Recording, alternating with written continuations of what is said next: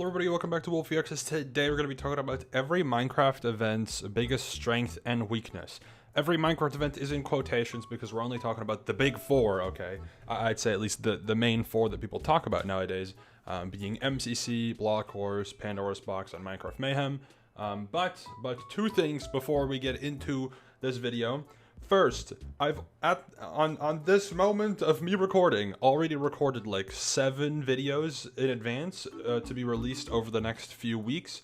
This will probably be one of the first ones to be uploaded, so I'll say this now because I've already said this in one upload. I just don't know when it's going to come out yet. Pre-recording a bunch of content because I'm not home because of TwitchCon and other travels. So expect this screen will be on in the start of every video, almost pretty much coming in the next like 2 or 3 weeks. So just so you know, okay, because this is being uploaded on the 28th, which means that tomorrow there will be my panel for the Minecraft event, or Journeying into the Minecraft event space, which will be live streamed on the Nom Nom Twitch channel.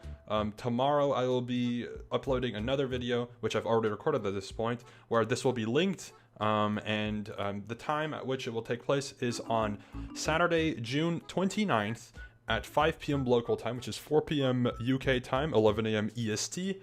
And yeah, make sure to watch it. I will be there in person, so you'll get to see me. Pretty incredible. So yeah, on the Nom Nom channel, journeying into the Minecraft event sphere, I think the panel will last about an hour because the convention closes an hour after we start. So about an hour is how long this panel will last. And yeah, pre-recorded. Okay, anyways, getting into the content of today. You can actually see from this moment when I'm recording this is being recorded after the day one. This is being recorded on day 2 announcements of MCC Twitch Rivals teams. I took some notes for every single event. So let's start with MCC. I think MCC's biggest strength is their consistency and reliability, which in turn creates a cohesive audience. They have a roster of players that actively comes back. There's not a lot of crazy variety in the roster, so you have a very consistent returning group of people, which means that the audience that watches those people will in turn most likely stick to MCC, which is a major strength that MCC has compared to other events. And because they are the biggest events, they have this advantage and strength at a pretty large scale, so that's very good. And consistency reliability also applies to their games. By the time of this being posted, the video won't be up, but I've already recorded rankings of all the event games that we're talking, or all the games between the events that we're talking about today, just individually, and also making the ultimate roster. And MCC will make a very strong appearance in at least one of those videos. So very much notable that is this very big strength for MCC is its consistency, reliability, and their cohesive audience. I think that groups into one thing because they're all linked. So that's why biggest strength is multiple things, but it's like one cohesive thing.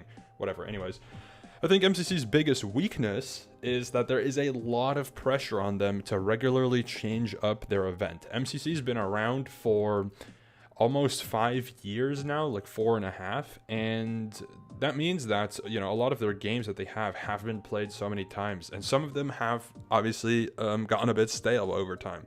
And that means that there's a lot of pressure for the Nox crew and also on Scott in terms of the player roster to switch things up every now and then, because as much as that cohesion is very good in terms of the roster, that to have you know similar players every single time, you need something to switch things up every now and then.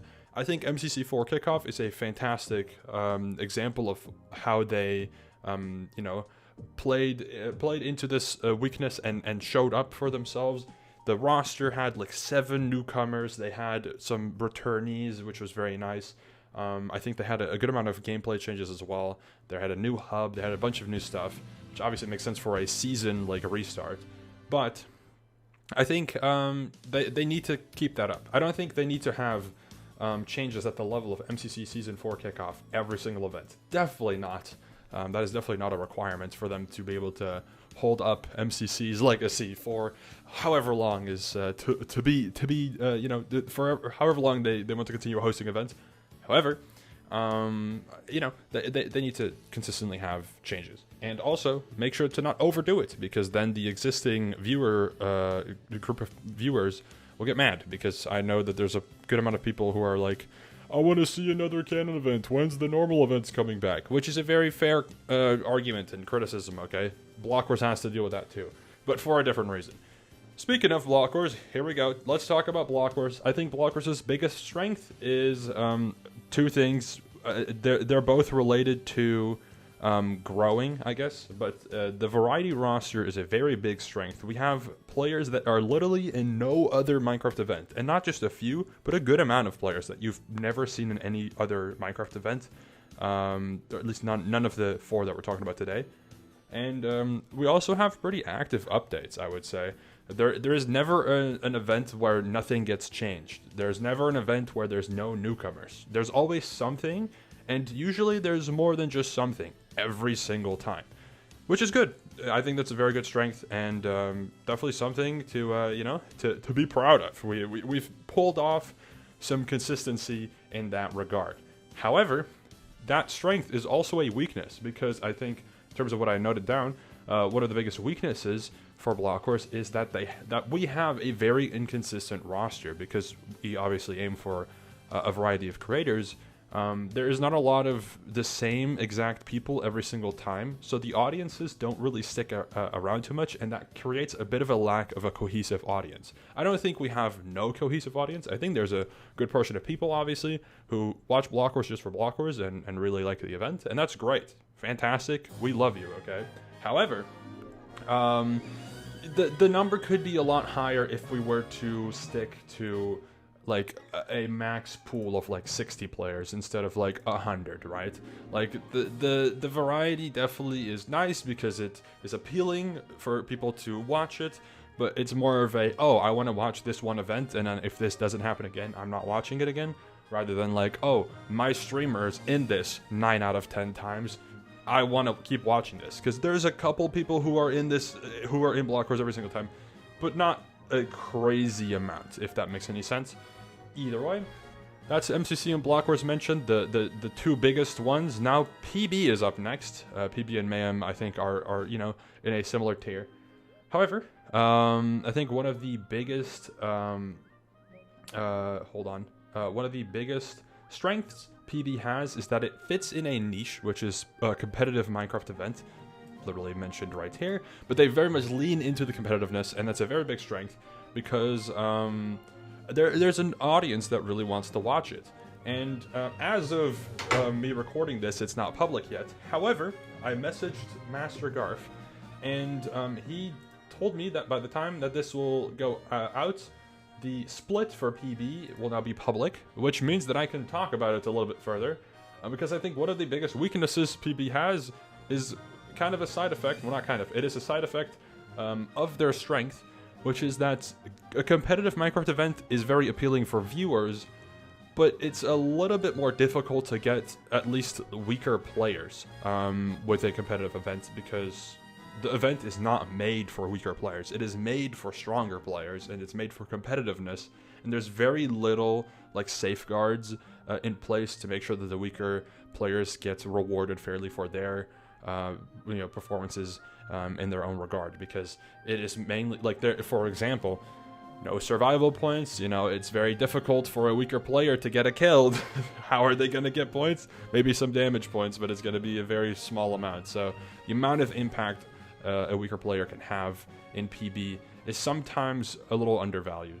And yeah, I mean, now that the split's public, probably, I think, we can talk about the fact that now they also will have to figure out a roster for both the creator side and the non-creator side, or the smaller creator side, or whatever you want to call it.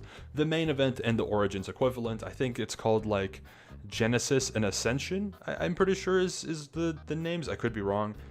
However, I think they can pull it off. I think PB has established themselves well enough that they can pull off this split pretty well. It'll just be interesting to see how what their first roster will look like, and how that roster will continuously grow over time, and hopefully find its own unique spin, rather than just being the standard creator roster that you see in almost any event. Anyways, that is PB. I think, PB has a lot of potential. I've been saying for a while that there's something coming, and now that it's, I think, public, it is very exciting. PB split. You love to see it. Next up, and last but not least, is Minecraft Mayhem. I think Mayhem is an interesting one because I don't think they have a super big strength, but I also don't think they have a super big weakness. I just think that these are two things that they do well and bad, respectively. So, their biggest strength for Mayhem, I think, is that they're very clearly passionate, which is very good as a look on the event. I think it makes the event very appealing because you can clearly tell that the staff really care about what show they're putting on every single time, and it makes it more appealing for the players to want to be involved as well. And I also think that their podcast integration, which is indirect, is very smart. The Inside MC podcast very clearly has been responsible for some of the player or newcomer ads that they have included in Minecraft Mayhem for or at least recently, which is very good. I think it's a very smart move to do that. So definitely a strength. A weakness is, in my opinion, half of the game roster is I think a bit of a weakness that they're dealing with. If I pull up this, I don't know if this is the accurate roster, but like Bingo I think is not the greatest. I think whatever their PvP game was, not Guardians of the Chamber, but the other PvP, Sky Skirmish, sorry. Sky Skirmish I think is not a very strong appearance in the roster. And then Elytra Race is fine. I don't think Elytra Race is bad. There was another game the parkour one, whatever the straight up parkour game was, I also don't think is the strongest appearance in the Mayhem roster. So yeah, I also wrote down roster differentiation. This is purely speculative because I was told by people who kind of are associated with Mayhem that they're aiming for like a more for fun approach, similar to blockwars, I guess, but in probably a more Minecrafter focused sense, which I think could work.